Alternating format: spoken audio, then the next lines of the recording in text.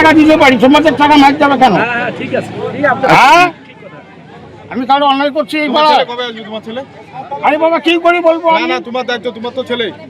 আমার সঙ্গে ওর কোনো সম্পর্ক নাই, না না না, বাপ এটা দাদা ভুল নাই। কথা। তাহলে পাড়ার আজকে লোক তুমি তোমরা টাকাটা সবাই দিতে জানো। আসছো। আজকে তুমি আমায় খোয়ায় না, আমার এই বয়সে 16 সালে আমার খাইতে হয়। আজকে কি আপনি কি টাকা ফেরত দিলেন? এই বয়সে আমার, হ্যাঁ টোটাল টাকা ফেরত দিলেন? আমি দিলাম 10,000 টাকা, আজকে দিলাম কত হাজার টাকা এমনি আপনার কাছে পায়?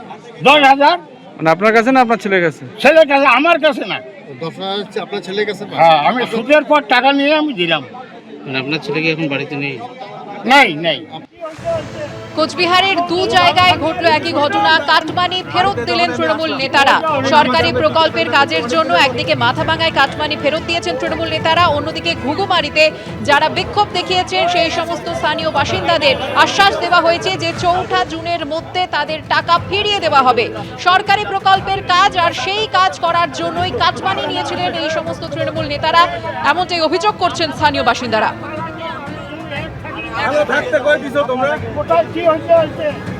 এখন যদি ভালো থাকি বাড়িতে যখন আমি আসলাম ওইটা অনেক তখন আমার দিন সঙ্গে কি কেতালটা করতো, অনেক দিনের কথা।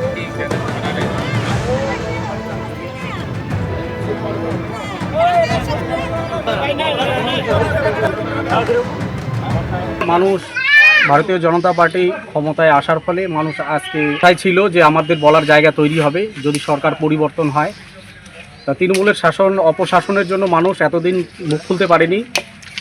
আজকে দেখছে যে প্রত্যেকটা জায়গাতেই মানুষ স্বতঃস্ফূর্তভাবে এগিয়ে আসছে, তখন তারাও ভাবছে যে না, আমাদের ন্যায্য দাবিগুলো এখন বোধহয় রাখার সময় হয়ে এসেছে।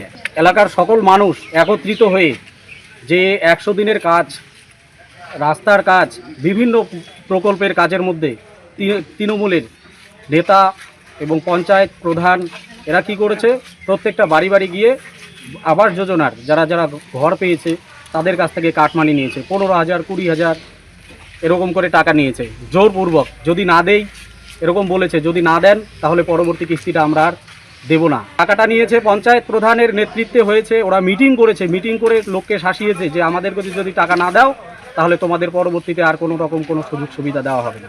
কারণ হলো আমাদের এখানে জয়েন্ট পঞ্চায়েত ঘরের টাকাগুলো যে নিছে, আমরা তো জনসাধারণকে খোঁজার ব্যাপার নাই আমাদের।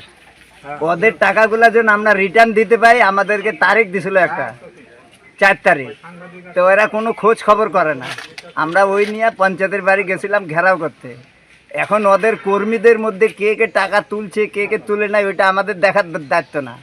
আমাদের হলো যারা যারা টাকা দিছে পঞ্চায়েতকে ধরো, 2 পঞ্চায়েতকে, ওরাই যোগাযোগ করবে যে কোন পঞ্চায়েত কত টাকা ভাগ করছে, ওরা ভাগ করে ওই টাকাটা দেখ আমাদেরকে। 4 তারিখ সময় দিছে, 4 তারিখের মধ্যে আমরা টাকাটা নেওয়ার চেষ্টা করতেছি যারা দিছে। আর না, যদি 4 তারিখের পর হইলে যদি ওরা কোনো না নেয় সিদ্ধান্ত, আমরা তাহলে এর থেকে কঠোর সিদ্ধান্ত আমরা নিব। ঘুঘুমারির মতো মাথাভাঙাতেও যে অভিযোগ ওঠে যে সরকারি প্রকল্পের কাজের জন্য কাটমানি নেওয়া হয়, তৃণমূল নেতাদের বিরুদ্ধে ওঠে এই অভিযোগ। পালা বদলের পর সেই টাকা ফেরত দিলেন তৃণমূল নেতারা। এবিপি আনন্দ, এগিয়ে থাকে, এগিয়ে রাখে।